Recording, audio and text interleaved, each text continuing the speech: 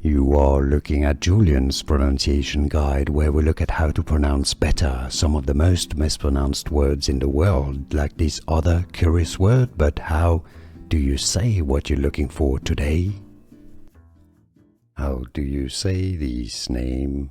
A provincial governor in the ancient Persian Empire. Two different pronunciations. For more names from the Bible in history, stay tuned. Satraps.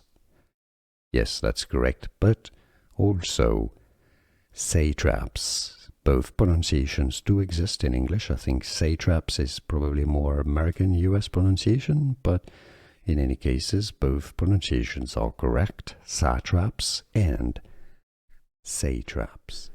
Here are more videos on how to pronounce more confusing words and names too many mispronounced. Like this video if you found it useful. I appreciate your support. I'll see you soon and thanks for watching.